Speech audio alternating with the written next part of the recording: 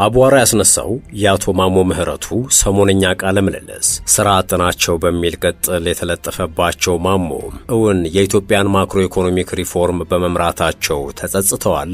እንመለከተዋለን። እንደተለመደው እየሰማችሁን አብራችሁን ቆዩ የዘወትር አክብሮታዊ ግብዣችን ነው።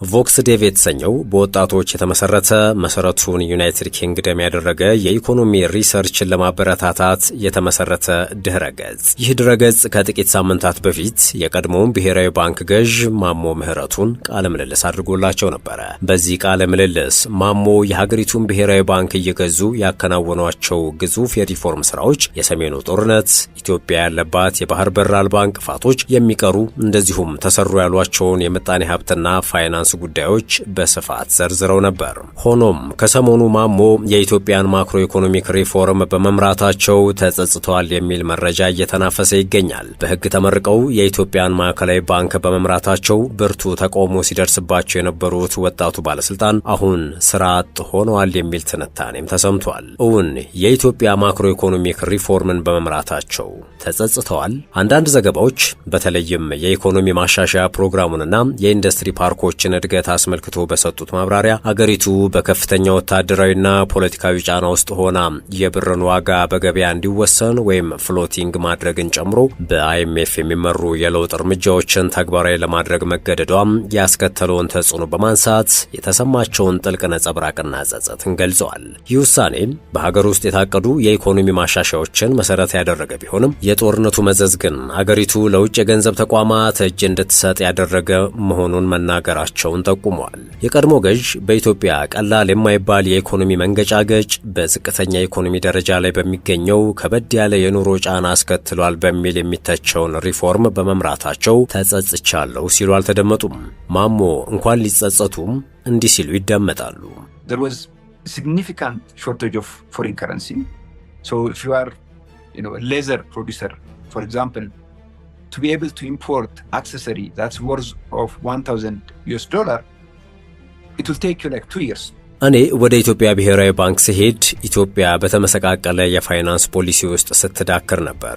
ያ የነበረባት ችግር የኢትዮጵያን ኢኮኖሚ በአደገኛ መልኩ ይሰብረው ነበር። ከችግሮቹ መካከል አንዱ መጠነ ሰፊ የውጭ ምንዛሬ ችግር ነበር። ለምሳሌ አንድ የቆዳ ፋብሪካ ባለቤት ግብዓት ከውጭ ለማምጣት $1,000 ቢያስፈልገው ዶላሩን ከብሔራዊ ባንክ ለማግኘት 2 ዓመት ሊጠብቅ ይችል ነበር። በዚህ አይነት ሁኔታ ምን አይነት ኢኮኖሚ ልትመራ ትችላለች ሲሉ ነው የሞገቱት። ከዚህ ባለፈ የብሔራዊ ባንክ የመጠባበቂያ ገንዘብ ወይንም የውጭ ምንዛሬ እጅግ ተመናምኖ ነበር። የማዳበሪያ አሊያም የነዳጅ ክፍያ ሲመጣ ወገቤን የሚል መንግስት ነው የነበረን። የዋጋ ንረቱም 30 በመቶ ደርሶ ነበር። ከዚህ ባለፈ እጅግ አስከፊው ነገር የውስጥ ግጭት ነበረብን። ያ የሀገሪቱን ማክሮ ኢኮኖሚ ሁኔታም እጅግ ጎትቶት ነበር።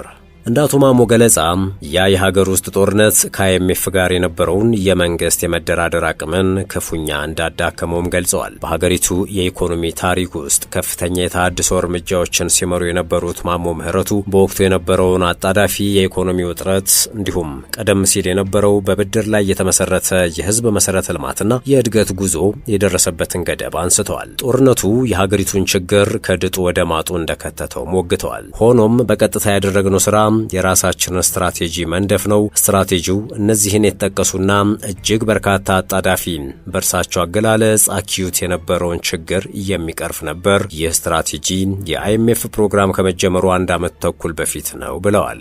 ከነዚህ መካከል የመጀመሪያው የዋጋ መረጋጋት መፍጠር፣ ሁለተኛው የምንዛሬ ገበያውን አሁንም ማረጋጋት፣ ሶስተኛው ደግሞ የፋይናንስ ዘርፉን ማረጋጋትና በአራተኛነት ተቋማቱን ማጠናከር የሚል ስትራቴጂ ነበር። ይህ ስትራቴጂ በኋላ በተከተሉ 3 ዓመታት ይተግበር የሚል ሲሆን ከነዚህ መካከል የገንዘብ ፖሊሲውን ዘመናዊ ማድረግ፣ ብሔራዊ ባንክ ቀዳሚው የቤት ስራውን ዋጋን ማረጋጋት ነው የሚል አቅጣጫ አስቀምጠናል ነው ያሉት። ለዚህ ደግሞ የባንኩን አዋጅ እስከ መቀየር መድረስ ነበረብን ብለዋል። በዚህም የምንዛሬ ግብይቱን ወደ ገበያ መር አደረግን። ገበያውን ማረጋጋት የሚችሉ አዳዲስ ተቋማትን፣ ከፋይናንስ ጋር የተያያዙ ተቋማትን መገንባት ቻልን ብለዋል። ይህ ደግሞ 30 በመቶ የነበረውን የዋጋ ንረት ወደ ነጠላ አሃዝ ማውረድ ችለናል ያሉት የቀድሞ የምንዛሪ ፖሊሲ በርካታ የጥቁር ገበያ ኮንትሮባንድ ፈልፍሎ ነበር፣ ያንን ትርጉም ባለው መልኩ ቀንሰነዋል ሲሉም ተናግረዋል። ከ80 በላይ የውጭ ምንዛሪ ደንቦችና መመሪያዎች በአንድ አረንጓዴው መጽሐፍ በተባለ የተዋሃደ መመሪያ ውስጥ ተጠቃለው በመቅረባቸው ባንኮች፣ ባለሀብቶችና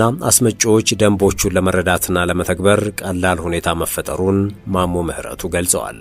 እንደ ማሞ ገለጻ የሪፎርሙ ስኬት በጥንቃቄ በተዘጋጀ እቅድና በተገቢ ቅደም ተከተል በመተግበሩ የተገኘ ነው። የምንዛሪ ስርዓቱ ከመሻሻሉ ወደ 1 ዓመት ገደማ በፊት መንግስት የባንኮችን ብድር በመገደብ አዲስ የፖሊሲ ወለድ ተመን በማስተዋወቅና የገንዘብ አቅርቦት እድገትን በመቆጣጠር የገንዘብ ፖሊሲን ማጠናከር ጀምሮ ነበር። በተጨማሪም ብሔራዊ ባንክና የፋይናንስ ሚኒስቴር ልዩነት በሚኖራቸው ጊዜም ቢሆን በቅርበት ተቀናጅተው መስራታቸውን ጠቁመዋል። ሪፎርሙ በዜጎች ላይ የሚያሳድረውን ተጽዕኖ ለመቀነስም የተለያዩ የመከላከያ እርምጃዎች መወሰዳቸውን ተናግረዋል። እነዚህም የመንግስት ሰራተኞችን ደሞዝ ማሻሻል፣ ለምግብ ዘይት፣ ለነዳጅና ለመድኃኒት የታለመ ድጎማ መስጠት፣ የነዳጅ ድጎማን በአንድ ጊዜ ከማንሳት ይልቅ በደረጃ ማስወገድ እንዲሁም ለማህበራዊ ጥበቃ ፕሮግራሞች የሚመደበውን በጀት ማሳደግን ያካትታሉ።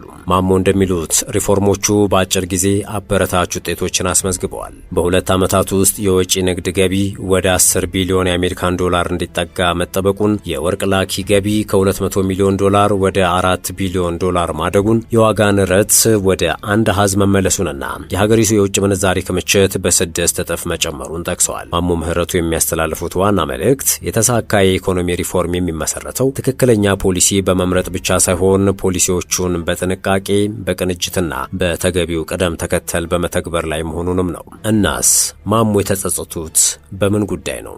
ተከታዩ መረጃ ደግሞ ምላሽ አለው። በቃለ መጠይቁ ማሞ ምህረቱ በግላቸው ደረጃ ጸጸት እንዳላቸው በግልጽ የገለጹት ጉዳይ ኢትዮጵያ ከአጎዋ መርሃ ግብር መታገዷን እንጂ የአይኤምኤፍ የኢኮኖሚ ማሻሻያ ፕሮግራምን ወይም የምንዛሬ ተመን ማሻሻያ በኢትዮጵያ ኢኮኖሚ የፈጠረውን ጫና አሊያም የኢትዮጵያ መንግስት እጁ እንዲጠመዘዝ አድርጓል በሚለው ጉዳይ አይደለም። በዚህ ረገድ እንዲህ ብለዋል። ሊሆን ይችል የነበረው ነገር አለመሆኑ ለሀገሪቱ ትልቅ የልማት ኪሳራ ነው። እኔም በግሌ እስካሁን ድረስ የምጸጸትበት ጉዳይ ነው። ማሞ ኢትዮጵያ ከአጎዋ የታገደችው በሰሜኑ ጦርነት ሳቢያ መሆኑን በገደምዳሜው ጠቁመዋል። ይህ የአጎዋ እገዳ ባይጣል ኖሮ የኢትዮጵያ ጨርቃ ጨርቅ ኢንዱስትሪ እጅግ የግድ ይስፋፋ ነበር። የአምራች ዘርፉ ኤክስፖርት እድገት የተሰናከለው የአጎዋ ነጻ ገበያ ዕድል መታገድና የሰሜኑ ጦርነት ሳቢያ ነው ብለዋል። የኤክስፖርት ዘርፉ ገቢ ቀንሷል። የኢንዱስትሪ ፓርኮች በኢትዮጵያ ኢኮኖሚ ላይ የሚያደርጉት አስተዋጽኦ ከ1% በታች ነው። ምንም እንኳን ጅምራቸው የሚያበረታታ ቢሆንም በቪየትናምና ቻይና እንዳለው የ20 በመቶ የጥቅል ኢኮኖሚ ምርት ሚና አንጻር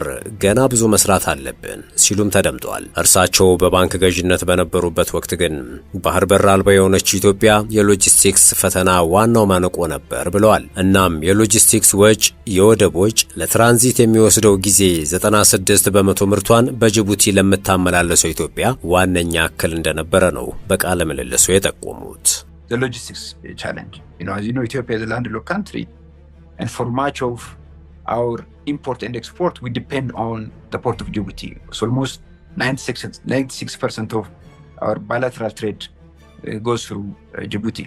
ሌላው በማህበራዊ ሚዲያ ገጾች ሲነሳ ያስተዋልነው መነጋገሪያ አጀንዳ ከኢትዮጵያ ባንክ ገዥነታቸው ከወጡ በኋላ ማሞ ምህረቱ ስራ አጥ ሆነዋል የሚል መረጃ ነው። አወዛጋቢው የህግና የፋይናንስ ሰው ከብሔራዊ ባንክ ገዥነታቸው የተሰናበቱት በነሐሴ 2017 ዓ.ም ነበር። ባንኩ ለቀድሞ ገዥ የክብር ሽኝት አድርጎላቸውም ነበር። ከዚህ ስንብታቸው አስቀድሞ ግን እኚህ ወጣት የጠቅላይ ሚኒስትር አብይ የቀድሞ አማካሪ በአንድ ግዙፍ አህጉራዊ ተቋም ወሳኝ ኃላፊነት አግኝተው ነበር የሚል መረጃ ሞቷል። በኋላም ይህ መረጃ እውነተኛ ሆኖ ተረጋግጧል። የአፍሪካ ልማት ባንክ ለ10 ዓመታት ባንኩን ሲመሩ የነበሩትን አኪንውሚ አዴሲናን ለመተካት ምርጫ እያካሄደ ነበረ። በምርጫው መሰረት አዴሲያን የተኩት የሞሪታኒያ ዜግነት ያላቸው የሀገሪቱን ኢኮኖሚና ፋይናንስ ሚኒስቴር የመሩት ዶክተር ሲዲ ኦሉድ ታህ ናቸው። የኢትዮጵያን ማዕከላዊ ባንክ የመሩት ማሞ ምህረቱ ደግሞ የአፍሪካ ልማት ባንክ ምክትል ፕሬዝዳንት ሆኖ መሾማቸውን አዲሱን ኃላፊነታቸውን ከጀመሩም ወራት እንደተቆጠሩ ለማረጋገጥ ተችሏል። በፈረንጆቹ 1964 ተመስርቶ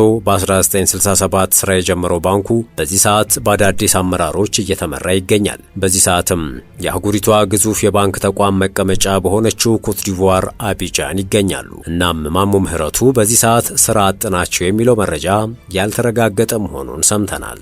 ውድ የሸገር ታይምስ ቤተሰቦች የዕለቱ የመረጃ ቅኝታችን ይህን ይመስል ነበር። ስለተከታተላችሁን ከልብ አመሰገንን። በያላችሁበት ሰናይ ጊዜን ተመኘን።